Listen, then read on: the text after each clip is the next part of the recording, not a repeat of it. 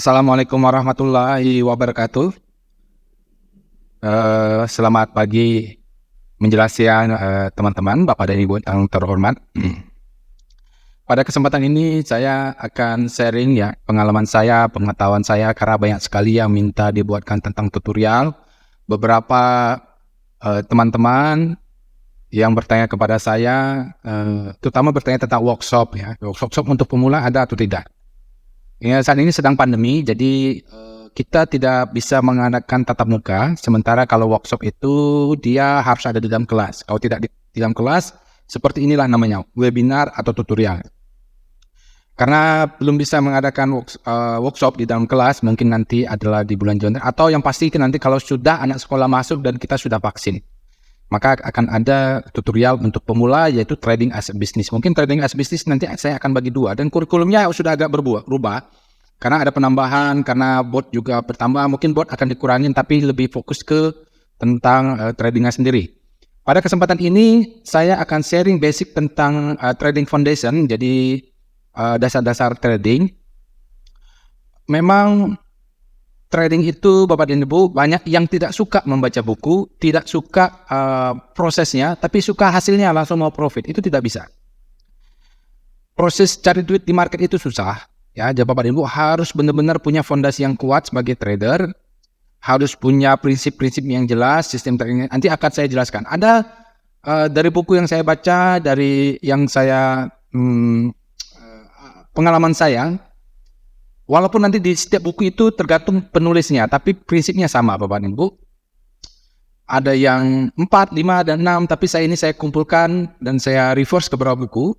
Itu ada 6 menurut saya yang perlu Bapak dan Ibu pelajari, kuatkan, perkuat, atau minimal Bapak dan Ibu pegang. Jika ingin trading, ya. Jadi Bapak dan Ibu, kita trading ini adalah sebagai bisnis. Jadi harus profesional. Tujuan kita profit karena trading itu susah. Cari duit itu susah. Tapi kalau dia menjadi sebuah bisnis, insya Allah dia akan menjadi sesuatu yang sustain. Kita bisa selamat di market. Sebagaimana kita dalam berbisnis lah. Maka kita perlu beberapa foundation strategi atau teknik. Strategi lah boleh dikatakan. Kalau dari buku dia mengatakan sebagai strategi. Dan kali ini adalah 6 diantaranya yang bisa saya sharing. Ada banyak sekali. Tapi mungkin menurut saya dia terlalu rumit atau terlalu overlay ya, maksudnya saling bersinggungan. Maka saya carikan yang simple lah. Bapak dan Ibu boleh mencari sendiri sesuai dengan arah Bapak dan Ibu. Tapi bagi pemula, saya harapkan jangan terlalu fokus ke yang hokus-pokus ya, hanky-funky. Yang hal-hal seperti ini harus dikuatkan karena kalau foundationnya kuat untuk 10 tahun ke depan, 15 tahun ke depan, insya Allah dia akan menjadi basis pondasi yang kuat untuk Bapak dan Ibu. Baik, itulah dia kira-kira. Maka saya akan mulai dulu. Insya Allah lancar ya. Nah, sebelum itu Bapak dan Ibu, sekedar saya infokan bahwa nanti tutorial ini sudah baik saya buat tentang tutorial dari Bapak dan Ibu bisa kunjungi websitenya di dlcon.web.id. Buat tutorial ada, tutorial trading plan ada, tapi biasanya saya masukkan ini sebagai tutorial lah di sini. Dan dia nanti kalau di kategorinya ada macam-macam di sini. Ada trading plan tutorial, ada physical tutorial, macam-macam ya. Nanti mungkin dia di mana ya? Nanti kita masukkan lah. Mungkin di bot tutorial atau di dan security trading. Saya belum tahu definisi akan masuk kemana karena ini levelnya adalah basic. Mungkin Bapak dan Ibu yang suka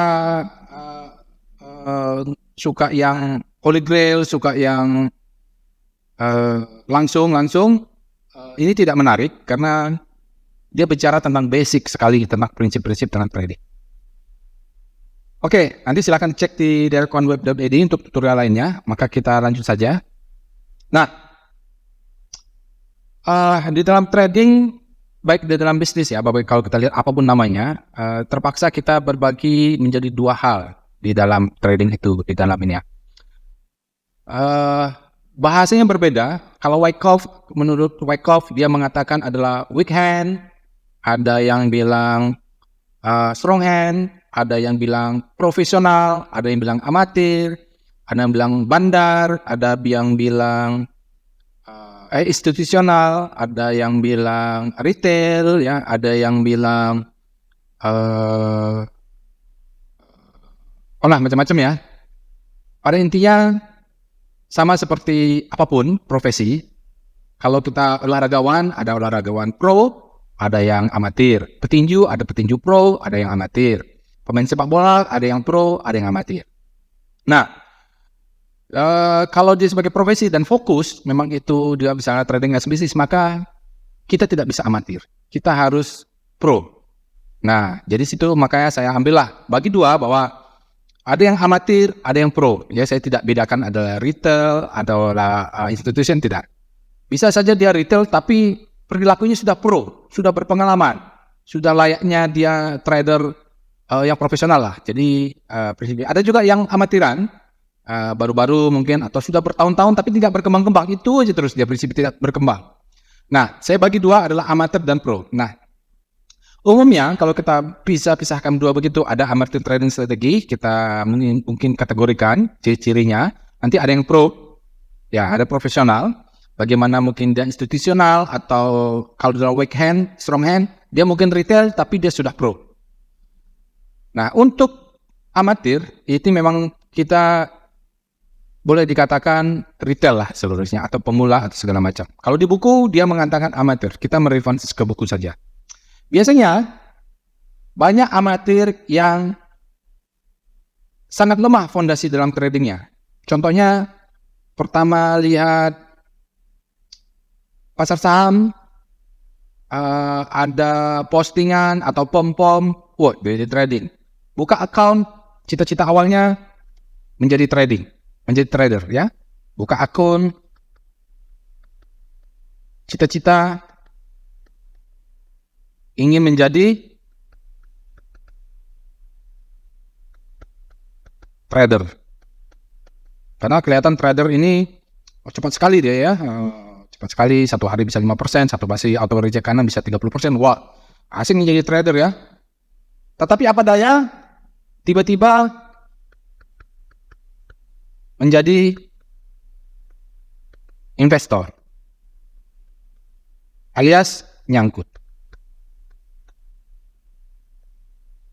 Ya, jadi ya itulah ya. Fondasi itu tradingnya kurang kuat ya, prinsipalnya kurang kuat. Banyak faktor yang nanti saya akan jelaskan ya, ciri-cirinya seperti itu biasanya. Lalu, biasanya ya suka ikut-ikutan. Jadi kalau ikut grup Telegram, dulu kalau zaman saya itu Yahoo Group ya. Stock pick gun gratis ya, 5 kasih 5 free, ikut nyangkut. Atau biasanya kalau di dalam grup Telegram atau grup apapun, dia bilang tolong saham ini akan naik nggak kan ya?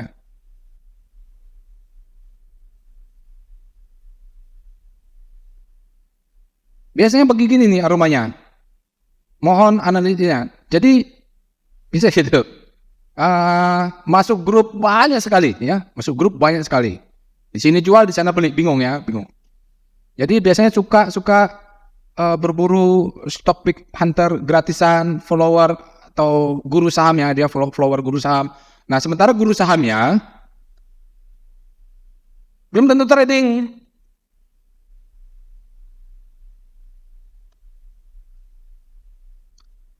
Dia ikut guru saham, tapi guru sahamnya belum tentu trading ya. Belum tentu trading, dia mendapatkan profit dengan menjual stock pick-nya. Mengapa saya dulu sudah tahu sejak awal sampai setelah saya SPM ITB itu saya senyap aja. Diam, nggak peduli dengan market, nggak peduli dengan orang lain ya. Karena saya tidak ikut orang lain, saya ikut di sendiri saja. Ya belajar juga dengan orang lain, cari dulu saya ikut workshop, ikut bertanya sana sini, kena tipu ya udahlah, karena ikut stock pick kena juga. Tapi saya belajar dengan sana. Nah biasanya itu di grup Telegram itu bertanya, tolong analisa ini. Kenapa nggak analisa sendiri saja? Biasanya ciri-cirinya gitu, dia setelah beli baru analisa. Kenapa ya dia turun? Dan kenapa mengapa saham misalnya apa? HMSP turun. Mengapa? Ya tidak perlu, kenapa? Price discount everything.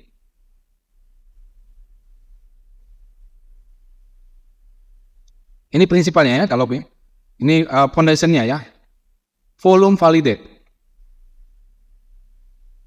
Kalau mengapa saham turun, mengapa saham naik, itu urusan analis saham. Itu urusan mereka. Analis saham tidak trader, dia menganalisa lalu dijual ya, atau di apalah segala macam. Urusan trader saham, beli dan jual. Tidak perlu tahu mengapa. Pokoknya price discount everything. Kenapa kita boleh ke yang lain, tapi menurut saya udahlah price discount everything. Kenapa? Market kita not efficient. Nah, silakan baca teori EMH. Nah, ini bagian dari foundation. Bapak dan Ibu harus punya foundation kuat. Paham itu market structure. Saya tidak akan jelasin nanti ya, tapi saya jelasin apa maksudnya. Paham itu price structure. Paham mengapa Bapak dan Ibu menjadi trader. Paham mengapa jadi investor. Jadi jangan gara-gara Loh Keng Hong, cinta sukses Loh Keng Hong. Loh Keng Hong akan cerita suksesnya saja, sukses ya wajar lah. Tapi kalau dia nyangkut, dia nggak akan cerita. Atau guru saham, dia akan posting yang sukses. Kalau dia nyangkut, dia akan diam. Oke? Nah, biasanya amatiran itu senang sama follower, sama ikut stock pick ini, ikut stock pick sana, suka bertanya. Habisin waktu ya. Karena apa? Bapak dan Ibu tidak perlu bertanya, walaupun perlu mendapat informasi tambahan sebagai second opinion. Tapi tetap harus melakukan analisa. Analisa lakukan sendiri. Do your job as trader. Ya. Berikutnya, shallow rule. Tidak ada firm rule dalam trading. Jadi kalau lagi ada pom-pom, biasa ini korban pom-pom ini. Suka sekali ikut Telegram. Wah, jadi kalau lihat Telegram grupnya penuh dengan grup ini, kalau Telegramnya. Atau kalau ikut misalnya Stockpick, penuh dengan ini. Ikut sana, ikut sini, ya. Tidak punya rule. Saya sudah ada 10 rule ya. 10 rule, kasih tutorial 10 rule. Trading rule. Harus punya trading rule. Nah, ini biasanya tidak punya. Shallow ya. Kalau punya, dia nggak jelas. Berikutnya, trading as gambling. Euforianya tinggi sekali. Euforia.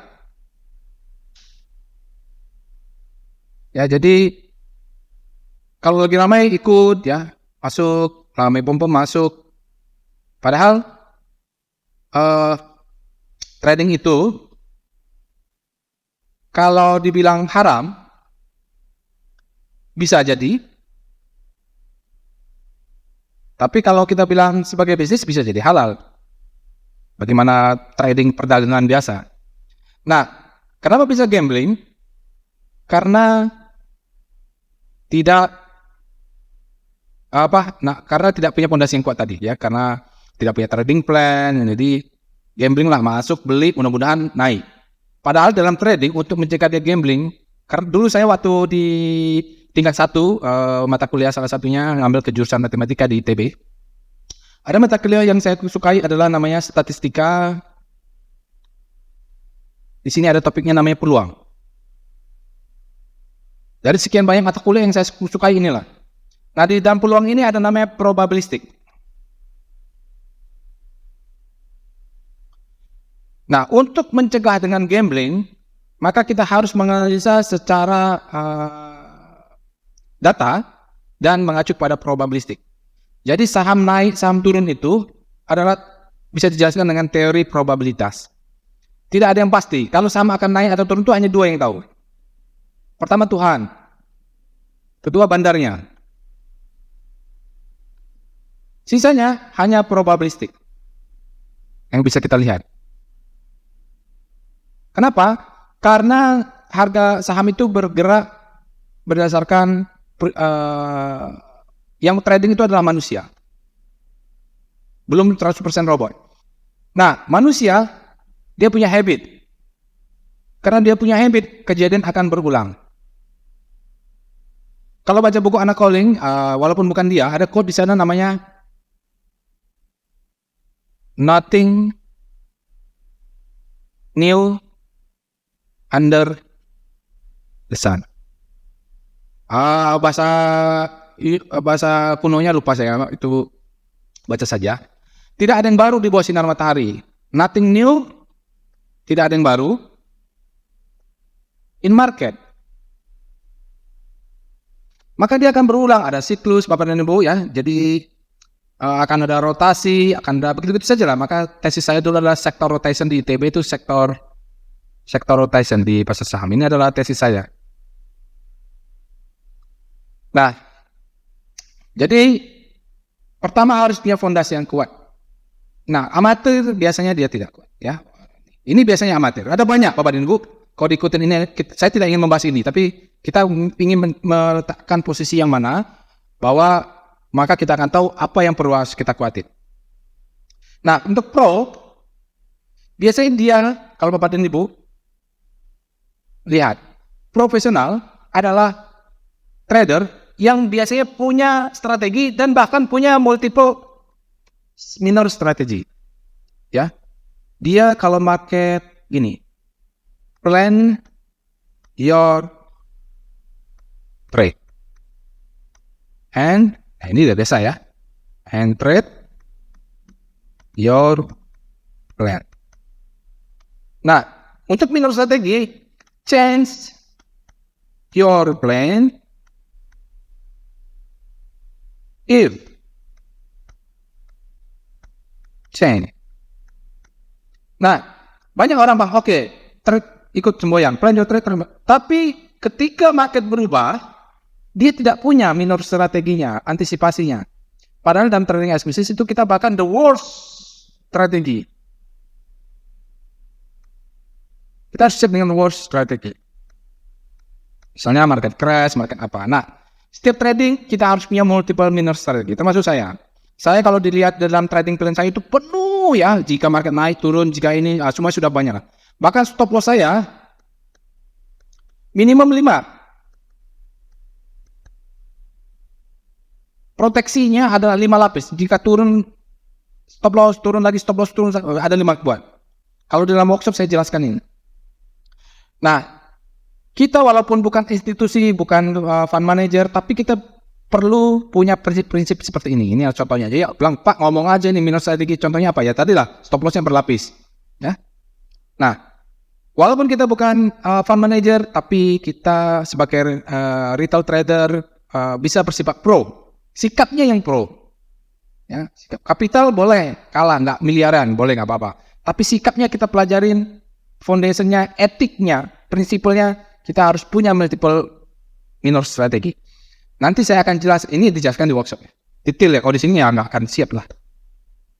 Punya multiple angle analysis. Ya, Bapak dan Ibu harus lihat market dari multidimensi.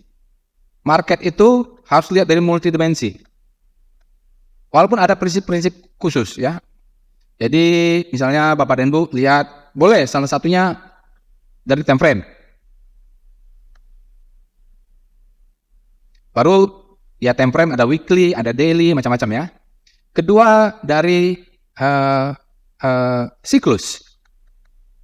Nah, ini ada yang bilang sistemnya adalah ada yang bahkan mengembangkan kalau posisi bulan planet Merkuri, maka siklus sama. Boleh-boleh aja, nggak apa-apa. Yang penting ujung-ujungnya profit. Trading kita boleh analisa, boleh salah. Tapi yang penting profit. Maka karena analisa kita, termasuk saya, kalau analisa saya sering salah, maka saya harus punya multiple angle. Pertama mungkin saya dari sektor rotation ya, kalau lihat style saya. Baru dari VPA, analisis. Lalu dari supply and demand. Ini multiple angle ya. Kalau nggak ngerti apa itu supply and demand. Lalu dari technical standard lah ya, indikator ya. Beberapa indikator saya gunakan seperti MACD, apalagi moving average ya. Kadang-kadang mereka ini saling bertabrakan. Ya, ada RSI, Kadang-kadang kalau lagi uptrend, MACD-nya up tapi RSI-nya terus oversold gitu. Jadi Bapak Ibu harus punya multiple. VPA, volume price, atau kadang saya pakai Fibonacci. Kadang saya analisis dengan Elliott Wave. Dimensinya beda-beda ya, angle-nya beda-beda. Tapi prinsipnya sama. Nothing new under the sun. Berikutnya, jadi kalau kita lihat market tidak sesuai dengan plan, Bapak dan Ibu tidak harus punya solusinya ya. Oh, ini kalau begini, kalau marketnya bergerak tidak sesuai dengan plan, kita harus jangan malah posting ke Telegram, posting ke email, tanya, Dan, ini gimana kan? Pikirin sendiri, praktis ya, posting. Jangan posting ke Telegram, gak perlu. Baca buku, eksperimen. Mentok baru tanyalah siapa yang senior. Tapi nggak perlu di ini. Maksud saya kita harus punya mental problem solving. Jadi kita siap. Memang susah pertama-tama, tapi kalau misalnya saya sudah 15 tahun, selama 15 tahun ini ceritanya pahit-pahit. Nah, problem solving itu sebenarnya tidak sulit karena historical. Sejarah selalu berulang. Kita bisa melihat apa yang terjadi di masa lalu, solusinya seperti apa. Ya misalnya, nyangkut ini paling bahaya. Ya, jadi kalau sudah nyangkut, kita harus sekali nyangkut setelah bisa lepas, kita harus tahu bagaimana caranya supaya tidak nyangkut. Ya, to greed or to fear. Ya, mungkin ini personal ya, susah. Tapi kita harus punya solusi untuk mengatasi to greed, terlalu greed, dan terlalu fear. Ya banyak buku atau bisa ikut workshop, kita bisa lihat risk profile kita seperti apa, kita asesmennya, bisa ikut booking ke space. Kemana lah risk profile. Kan beda-beda, tapi kita bisa asesmen. Kalau menurut saya, risk profile ini adalah urusan masing-masing. Kalau di workshop trading SBC memang ada dijelaskan, Bapak harus begini, ya. Harus begini, berapa persen, itu ada asesmennya. Tapi harus punya sendiri ya, harus punya. Itu kalau profesional dia mereka selalu solving problem sendiri. Tidak pernah profesional ini dia curhatnya ke Telegram group, nggak pernah. Berikutnya, nah trading itu harus sebagai bisnis. Mau apapun trading as a business. Kenapa? Karena kalau trading as a business kita mengikuti follow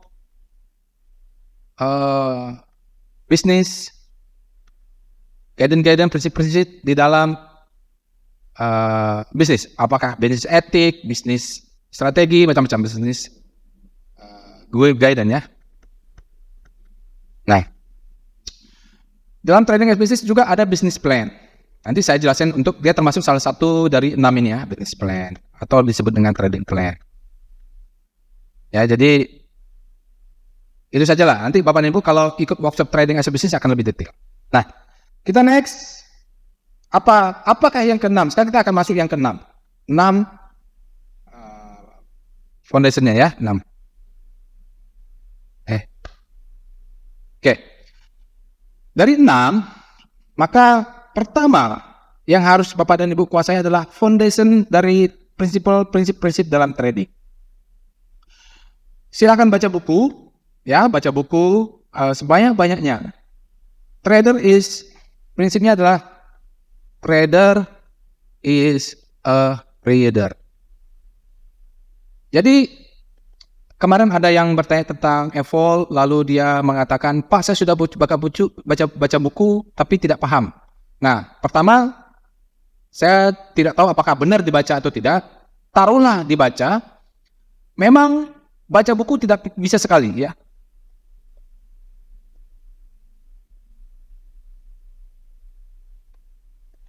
Jadi termasuk saya juga susah sekali baca buku, apalagi yang saya baca buku bahasa Inggris. Ya. Tapi lama-lama bisa juga. Dan saya sarankan Bapak dan Ibu kalau baca buku, bacalah buku yang dari aslinya. Jangan baca buku saduran. Kenapa kita saya sarankan tidak membaca buku saduran? Misalnya anak calling, ada bahasa Indonesia, boleh nggak dibaca? Boleh saja, tapi saya tidak menyarankan. Kenapa? Karena penyandurnya, translatornya, mungkin dia bahasa Inggrisnya lulusan bahasa Inggris ya. Tapi suasana batinnya sama pengalaman di tradingnya tidak sama.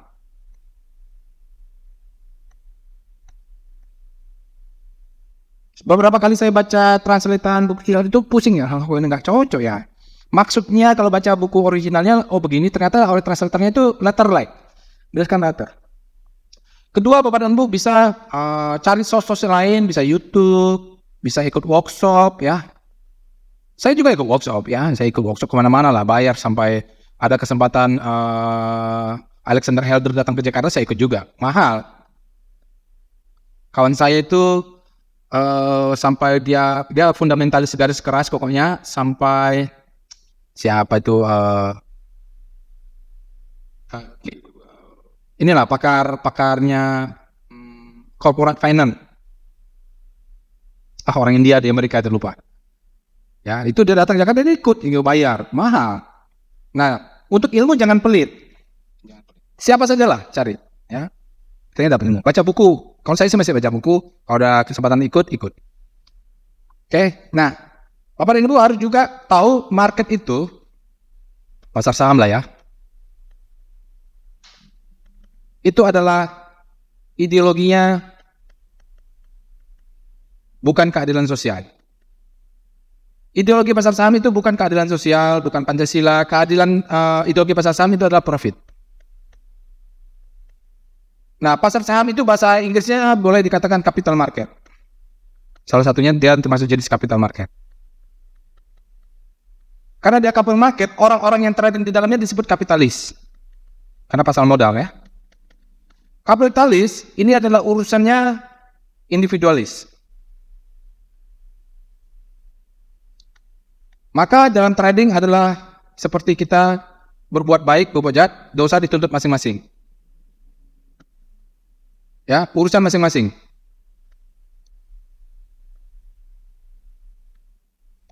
Maka Bapak dan Ibu harus trading plan sendiri, apa sendiri. Jangan percaya analisa orang lain.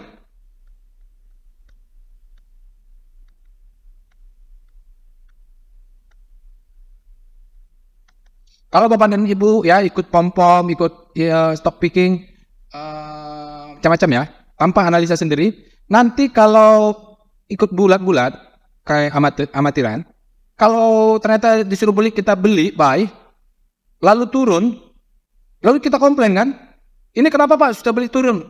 Orangnya bisa diblok, kabur, itu banyak kasus-kasus seperti itu. Jadi urusan masing-masing ya Bapak Ibu. Tidak ada namanya profit berjamaah. Karena profit berjamaah menyalahi prinsip individualis kapitalis. Ini prinsip profit berjamaah ini adalah prinsip sila kelima, keadilan sosial. Sila kelima Pancasila. Sementara ideologi pasar saham itu bukan Pancasila, bukan ini. Prinsipnya adalah profit. Ideologi adalah profit. Oke. Nah, Bapak Ibu juga macam-macam ya fondasi saham ini ya. Buy, sell, siapa saja, strong, weak, strong hand, weak hand, lalu prinsip-prinsip trading, supply and demand, ini prinsip-prinsip. Pelajari, ya, banyak sekali. Saya tidak bisa menjelaskan di sini, tapi semua prinsip-prinsip dalam trading itu Bapak dan Ibu harus pelajari, harus diperkuat. Tujuannya apa? Supaya jangan cita-cita ingin menjadi trader kok nyangkut dan menjadi investor. Udahlah, nggak apa-apa, jadi investor aja. Toh sahamnya bagus, ternyata 2 tahun nggak bergerak-gerak, di situ aja. Begitu bergerak sedikit, ya, begitu loss 50%, ditahan. Begitu naik, 2 tahun ya, 2 tahun tahan, terus nggak ada profitnya.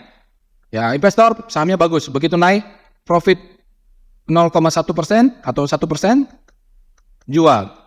Setelah jual sahamnya naik, bingung jadi trader atau investor ya. Itu jadi prinsipnya nggak kuat. Harus belajar semua ya.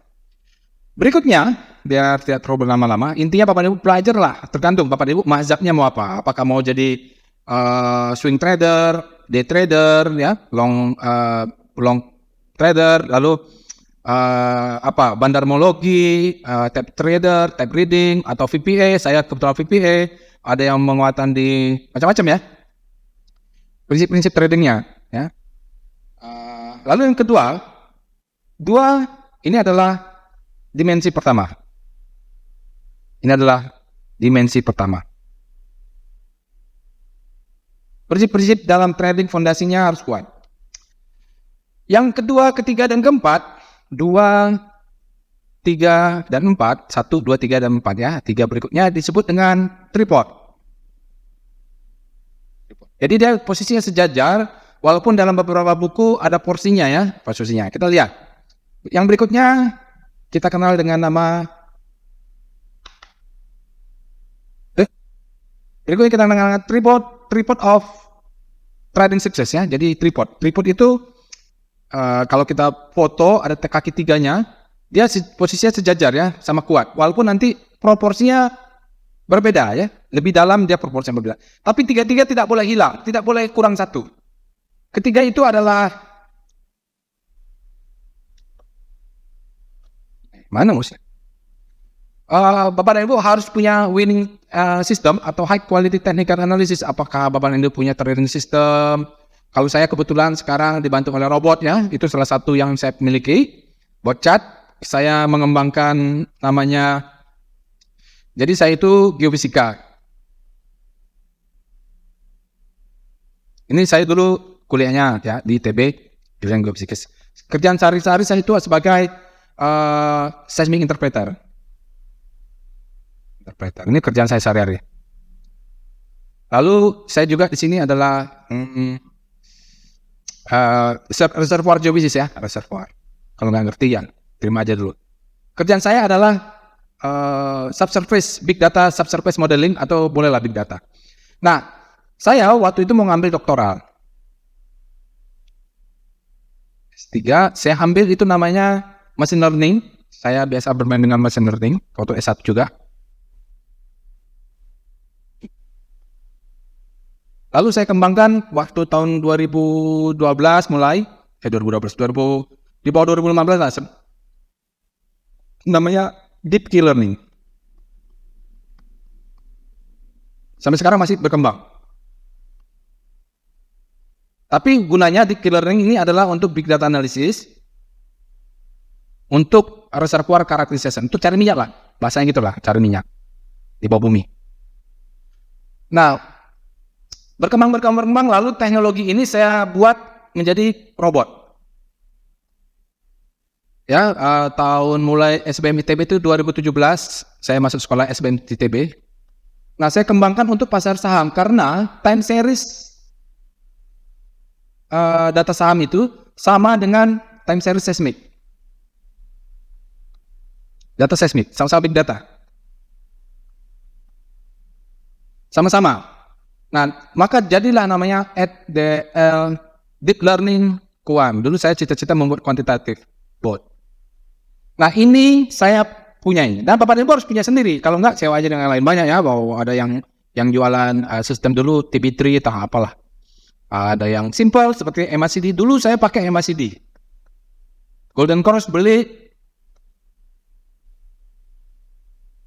Dead Cross jual. Dah. Dulu. Ya, lama-lama makin canggih saya bisa pakai beda. Sering salah. Maka mengapa ada namanya after market close? Karena saya harus menganalisa.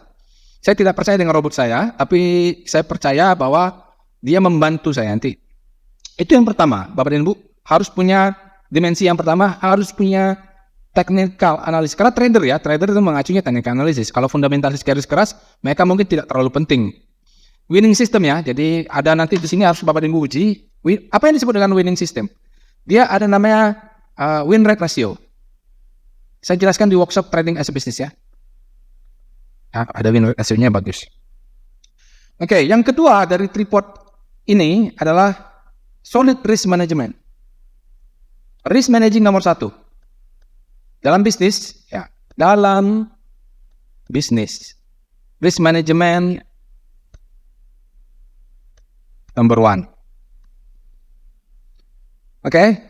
Nah, ini macam-macam adalah nanti kita membahas tentang risk reward ratio dan macam-macam ini ya. Risk management, bagaimana cara risk, reduce risk, cara how to entry, macam-macam.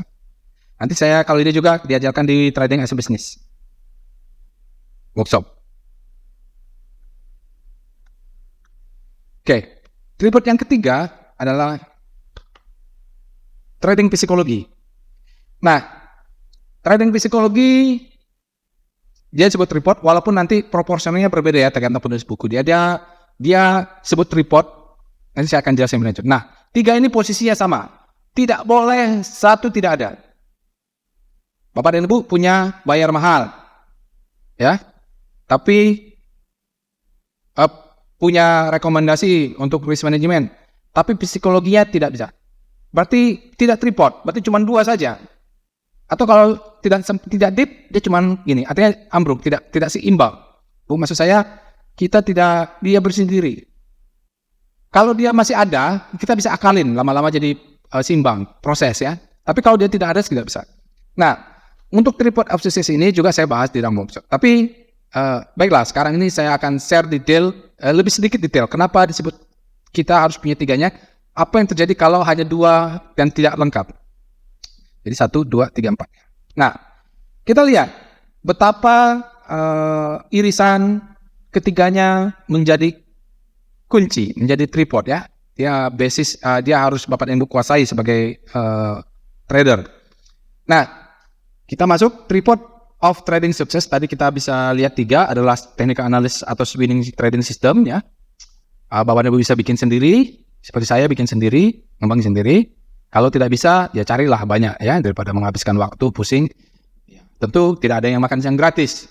Bapak dan Ibu jangan berharap kalau free, Bapak dan Ibu stop with itu, Bapak dan Ibu bisa konsisten. Tidak. Practice make perfect biasanya. Bapak dan Ibu harus tetap practice. Jangan terima bulat-bulat mentah dikasih, maka harus tahu cara menggunakannya.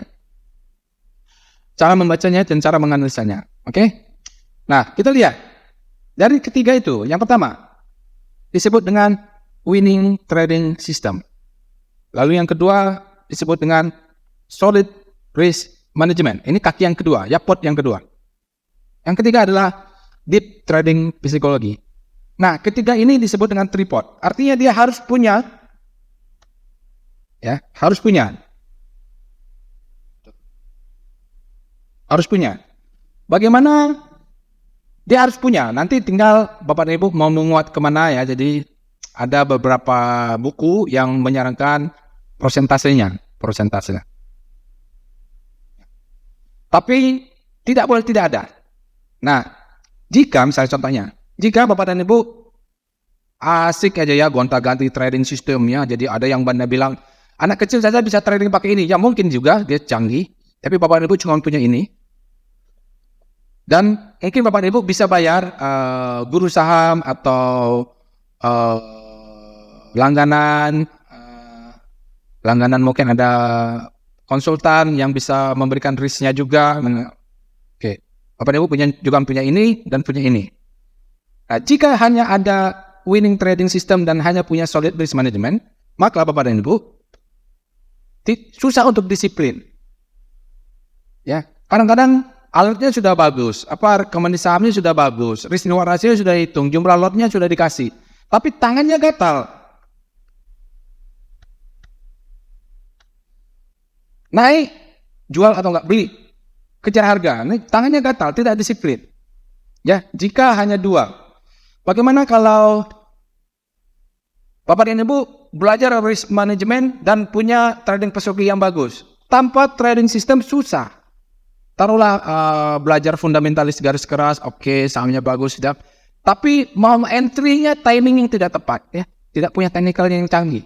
No edge, tidak ada teknik. No edge ya. Tidak sharp ya, cara entry-nya tidak pas ya. Tekniknya tidak. Tapi begitu juga kalau Bapak dan Ibu punya trading system tapi tidak punya risk management, maka cenderung nyangkut atau bahkan bisa di forex itu blow up ya. Nyangkut ya. Karena risknya tidak diukur. Ada alert langsung hajar, taunya turun, ya. Turun. Harusnya kita bisa atur risknya. Satu-satunya, kalau semua ini Bapak dan Ibu, itulah satu-satunya Bapak dan Ibu sebagai trader yang bisa punya tripod ini memberikan profit secara, bukan hanya profitable, kalau dia juga akan, kalau kita disiplin dan segala macamnya, karena ada disiplinnya, ada tekniknya, juga ada risk management, maka dia akan konsisten. Kalau profit itu gampang. Konsisten profit yang susah.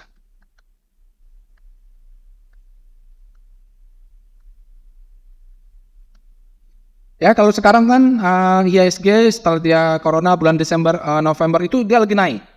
Pejam mata bisa konsisten Bapak dan Ibu. Tapi pejam mata bisa profit ya. Karena marketnya lagi naik, Bapak dan Ibu beli, dia probabilitas untuk profitnya tinggi. Gampang. Tapi susah untuk konsisten.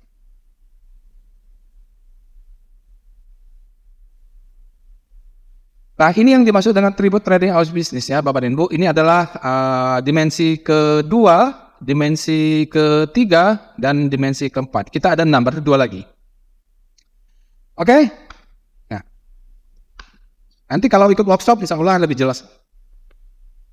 Nah, kita kembali lagi ke tadi, yang nomor 1 sudah, nomor 2, 3, 4, kita tadi janjikan ada 6. Jadi tinggal 2 lagi.